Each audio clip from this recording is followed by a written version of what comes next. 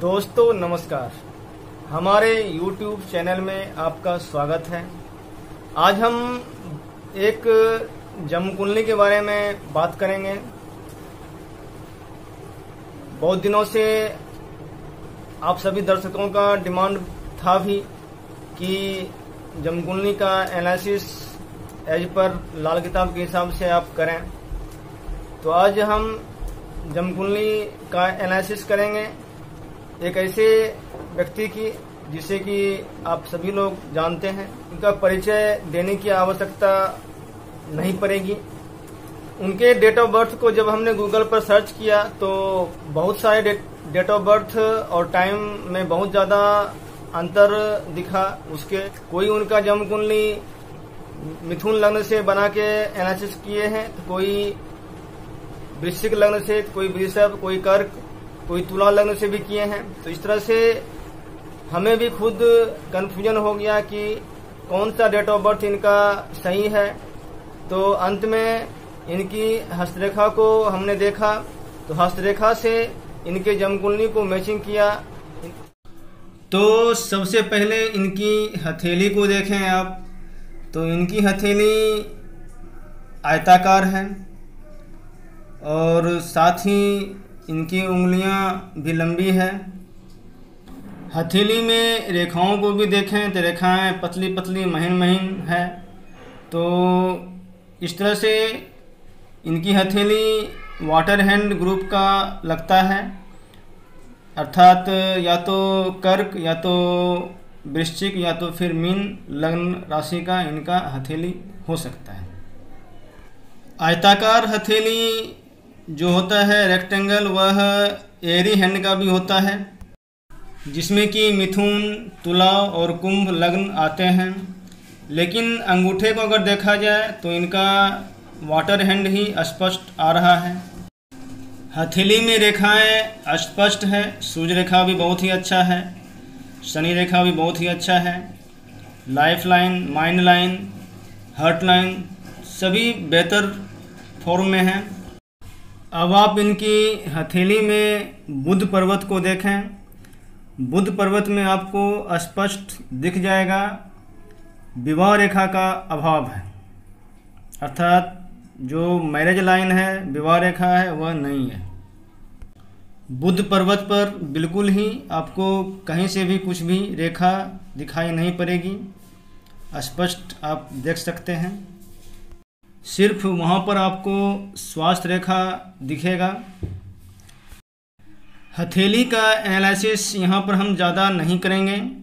सिर्फ हथेली को हमने इसलिए लिया ताकि इनके जमकुंडली को दुरुस्त कर सकें। तो अब आप हथेली में देखें, विवाह रेखा नहीं है, इसका साफ मतलब है कहीं न कहीं बुध मंदा है, बुध पीड़ित है। बुध पर्वत पर अक्सर दो विवाह रेखाएं होती है, जिसे कि ऊपर वाले को बुध रेखा, नीचे वाले को शुक्र रेखा कहा जाता है। तो इनका सीधा मतलब है कि अगर बुध पर्वत पर कोई रेखा नहीं हो तो बुध और शुक्र दोनों ही खराब माना जाएगा। इसे लाल किताब की भाषा में कहें तो बुध और शुक्र दोनों बर्बाद होगा। अब आप लोगों के मन में जो सवाल अब तक रहा होगा कि इनकी शादी क्यों नहीं हुई, तो अब आपको स्पष्ट क्लियर हो गया होगा। साथ ही देखें तो मणिबंध का जो फर्स्ट लाइन है वह भी वक्र की हो करके हथेली के ऊपर की ओर मुड़ गया है, जो कि संतानहीनता का सूचक है। अब आप हथेली में देखें, सूर्य पर्वत पर सूर्य रेखा जो है वह बिल्कुल ही हृदय रेखा पर आकर के मिल रही है, रुक रही है। तो इसका सीधा मतलब है कि सूर्य जमकुंडली के चौथे खाने में होगा। फिर वहीं शनि पर्वत पर देखें तो शनि पर्वत के ठीक बीचों बीच एक लाइन वक्र होते हुए वह बृहस्पति पर्वत की ओर मूव कर रहा है, जो कि शो कर रहा है कि शनि का पोजीशन जमकुंडली में दूसरे खाने में होगा। फिर वहीं माइंड लाइन, मस्तक रेखा निम्न मंगल की ओर मुड़ गया है, जो कि शो कर रहा है कि बुध जमकुंडली के तीसरे खाने में होगा। फिर वहीं पर आप देखें बुध की सेहत रेखा जो कि बिल्कुल स्पष्ट रूप से आप देख रहे होंगे कि शुक्र पर्वत से निकल करके बुध पर्वत की ओर जा रही है, जो कि शो कर रहा है कि शुक्र का स्थान जमकुंडली के 5वें खाने में होगा। इस तरह से 2-3 ग्रह के ठीक ठीक पोजीशन से भी आप जमकुंडली को दुरुस्त कर सकते हैं। तो इनका डेट ऑफ बर्थ 18 और कहीं कहीं 19 जून भी है, 1970 बर्थ प्लेस दिल्ली। टाइम को जमकुंडली में ग्रहों के स्थान को रखने पर इनका टाइमिंग रात का 1 बजे के आसपास आता है। ये मेरा अपना मत है हस्तरेखा के हिसाब से। तो इस तरह से इनका जमकुंडली मीन लग्न का आता है, जिसमें कि शनि दूसरे खाने में, बुध तीसरे खाने में, सूर्य और मंगल चौथे खाने में, 5वें खाने में शुक्र, तो फिर वहीं केतु छठे और राहु 12वें में, बृहस्पति 8वें में, चंद्रमा 9वें खाने में शो कर रहा है। चंद्रमा वृश्चिक राशि में है जो कि नीच का होता है। फिर वहीं शनि भी मेष राशि में है जो कि नीच में है। इस तरह से इनका वैदिक ज्योतिष के हिसाब से है। अब हम बात करेंगे लाल किताब। मीन लग्न, इनका मीन लग्न है। तो मीन लग्न की सबसे बड़ी कमजोरी ये होती है कि ये खुद डिसीजन नहीं ले पाते हैं। हमें क्या करना है, ये हमेशा डिसीजन के लिए दूसरे के ऊपर डिपेंड रहते हैं, और यही इनकी कमजोरी होती है जो कि इनकी सफलता में बाधक होती है। हमेशा असमंजस वाली स्थिति इनके लाइफ में रहता है, क्या करें क्या ना करें वाली स्थिति रहती है। थोड़ा राशि को भी देखें। वृश्चिक लग्न और वृश्चिक राशि दोनों के फलित में काफ़ी अंतर है।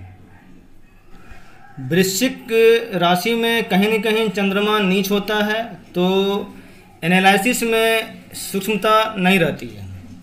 साथ ही दूरदृष्टि का भी वृश्चिक राशि का अभाव होता है। फिर वहीं वृश्चिक लग्न का अच्छा रहता है।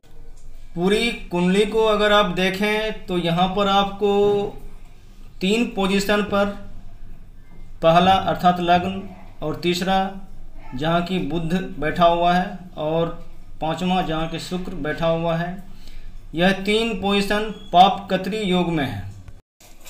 इसकी चर्चा हम विस्तार से लाल किताब एनालिसिस में करेंगे। तो अब चलते हैं लाल किताब जमकुंडली की ओर। तो यह लाल किताब के अनुसार कुंडली है, जिसमें कि आप देख रहे हैं कि जो सेंटर पार्ट है उसमें सिर्फ सूर्य और मंगल है, और पहला 7वां और 10वां खाना ये खाली है। तो इस तरह का जब भी जमकुंडली हो, इस तरह की कुंडली को नाबालिग टेबा कहा जाता है। नाबालिग टेबा जब भी किसी भी जातक का कुंडली होगा तो उसका सबसे बड़ा डिमेरिट यह है कि वह चाहे कितना भी पढ़ लिख ले, कितना भी उसका उम्र हो जाए, तो भी उसका जो माइंड होता है, जो उसका बचपना होता है, वह नहीं जाता है।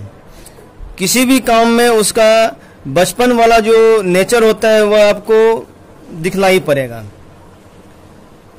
मैच्योरिटी और गंभीरता का बहुत ही ज़्यादा अभाव रहता है, और ऐसे व्यक्ति बिना किसी डिसीजन के कोई काम अगर करते हैं तो वह ज़्यादातर वो सफल ही होता है। सक्सेसफुल होने के लिए इनको हमेशा दूसरे से सलाह लेना जरूरी भी है। अब आप जमकुंडली में देखें, जो लग्न का स्थान है वह शनि और राहु से घिरा हुआ है। तो यहाँ पर पापकत्री योग बन रहा है, जो कि तो यह जातक के लिए, खुद के लिए, स्वास्थ्य के लिए, माइंड के लिए अच्छा नहीं माना जाता है। उसके बाद आप देखें बुध यहाँ पर तीसरे भाव का जो बुध होता है वह मंदा कहा गया है, और जब बुध अकेला हो तो और भी ज्यादा बुध खराब रिजल्ट देता है। अकेला बुध, जमकुंडली के किसी भी खाने में अगर बुध हो और वह भी अकेला हो तो यह पूरी लाइफ में कभी भी अस्थिरता नहीं देता है। अर्थात कहीं न कहीं जातक को अपना जो उद्देश्य है, जो अपना एम है, उसमें कहीं न कहीं उसको कमी दिखाई पड़ता है। जो वह पाना चाह रहे हैं, साथ ही आप देखें तो यहाँ पर बुध फिर ये शनि और सूर्य मंगल से घिरा हुआ होने के कारण कि यहाँ बुध भी एक पापकत्री योग में आ रहा है, जो कि यहाँ पर बुध और भी ज्यादा चुप हो जाता है। बुध जहाँ तक है वह वाणी का भी कारक है। इसका संबंध वैवाहिक जीवन से भी होता है, सेक्सुअल लाइफ से भी होता है। तो इन सब मामलों में लेखन से भी इनका संबंध होता है। तो कहीं न कहीं ये वाणी दोष और वैवाहिक जीवन को यह तहस नहस करता है।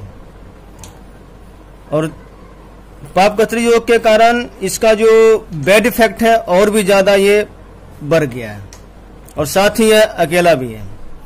इस तरह से कह सकते हैं कि यहाँ बुध बर्बाद है।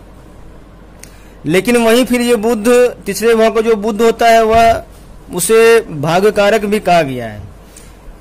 सिर्फ यह भाग्य कारक जो इसका एज होता है 34-35, इस एज में अर्थात 2004-5 के आसपास, उस समय से इनका राजनीतिक कैरियर का शुरुआत हुआ। पहली बार सांसद बने। इसके बाद आप देखें यहाँ पर चौथे स्थान में सूर्य है, साथ ही मंगल है। मंगल का यह रिजल्ट अच्छा नहीं माना जाता है। यहाँ पर यह मंगल मांगलिक दोष बनाता है, खास करके वैवाहिक जीवन के लिए यह अच्छा नहीं माना जाता है। कर्म क्षेत्र के लिए अच्छा होता है क्योंकि कर्म क्षेत्र पर इसकी उच्च दृष्टि रहती है। इसलिए मंगल का रिजल्ट वैवाहिक जीवन के लिए, सुख के लिए, भौतिक सुख के लिए हो या ना हो, लेकिन काम धंधा के लिए यहाँ पर अच्छा है। एक बात आप यहाँ ध्यान दें, मांगलिक दोष इनके कुमारेपन का कारक नहीं है। किसी भी कुंडली में जब भी बुध मंदा हो तो उनका कुमारेपन की ओर वह इशारा करता है। बुध जितना मंदा होगा वह उतना ही वैवाहिक जीवन से दूर होता चला जाएगा। मांगलिक दोष हो या ना हो उससे कोई मतलब नहीं है। सिर्फ आप बुध को देखें, उससे आपको मालूम हो जाएगा कि इनका वैवाहिक जीवन कैसा रहेगा। आगे देखें सूर्य, चौथे स्थान में अगर सूर्य है तो यह कहीं न कहीं राजनीतिक क्षेत्र में अच्छा सफलता दिलाता है। लेकिन फिर वहीं यह सूर्य सीने में समस्या, धड़कन संबंधी रोग भी देता है। और यहाँ मंगल नीच में है तो ये उस प्रॉब्लम को और भी ज्यादा बढ़ा सकता है। दिल की धड़कन का तेज होना या गंभीर स्थिति में हार्ट अटैक का भी संभावना बन रहा है इनके कुंडली से। आगे आप देखें, शुक्र पंचम भाव में है, सूर्य का अपना घर है और बृहस्पति यहाँ का कारक घर है। तो शुक्र यहाँ पर अच्छा रिजल्ट नहीं देता है। पंचम भाव में अगर शुक्र हो तो कहीं न कहीं सेक्सुअल डिजीज यह देता है। और सूर्य के घर में शुक्र है तो सूर्य, जिसे कि आग का गोला बोल सकते हैं, यह शुक्र को जला देता है। अर्थात जो शुक्र जो स्त्री है उसके सुख को यह बर्बाद कर देता है। तो इस तरह से आप देख रहे हैं कि इनके कुंडली में जो आजीवन कुंवारेपन का योग काफी ज्यादा उभर के आ रहा है। एक तो मांगलिक है, एक तो बुध का खराब होना, ऊपर से शुक्र का भी खराब होना। फिर वहीं आप देखें तो यहाँ पर शुक्र भी पापकत्री योग में है।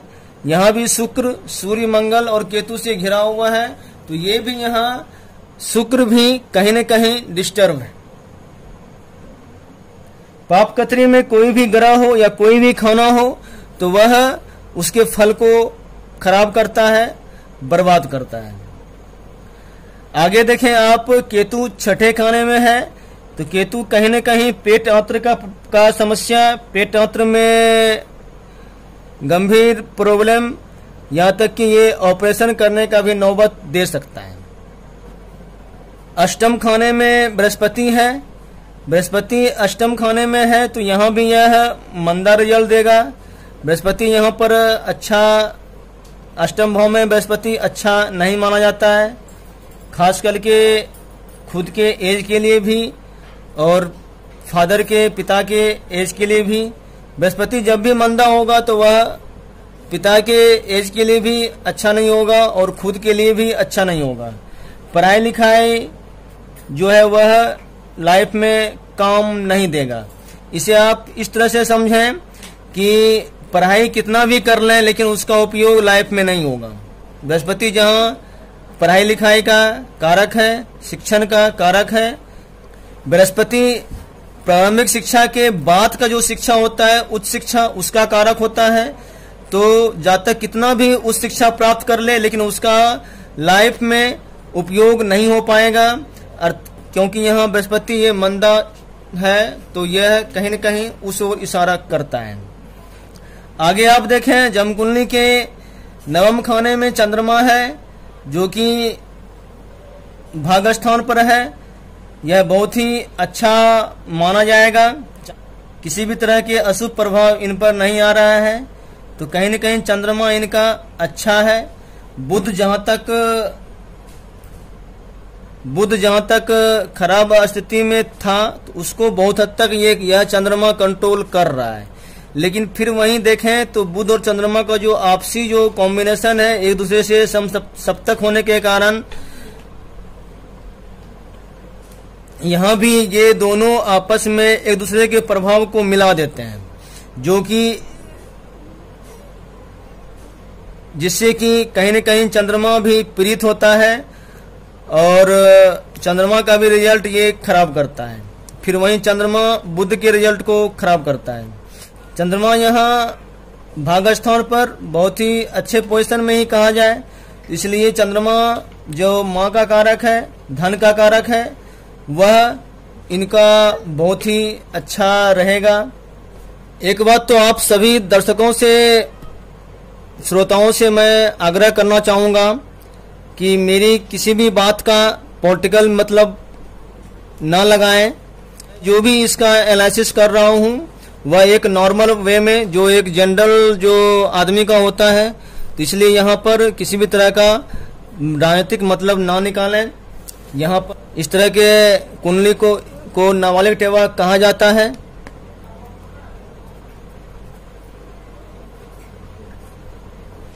नाबालिग टेवा होने के कारण ही इस वीडियो का थंबनेल हमने ऐसा दिया था। ग्रह दशा को अगर देखें तो अभी इनका 51 के आसपास एज चल रहा है, जो कि बृहस्पति का एज कहलाता है। बृहस्पति का इनका जो टाइम है वह 2026 तक रहेगा, तो 2026 तक तो उतना अच्छा नहीं रहेगा इनके करियर के लिहाज से। लेकिन बृहस्पति के बाद सूर्य 2026 से 2028 के बीच आ जाएगा, तो 2026 से 2028 के आसपास ये अपने करियर में बुलंदी पर पहुंच सकते हैं और देश के पीएम बन सकते हैं।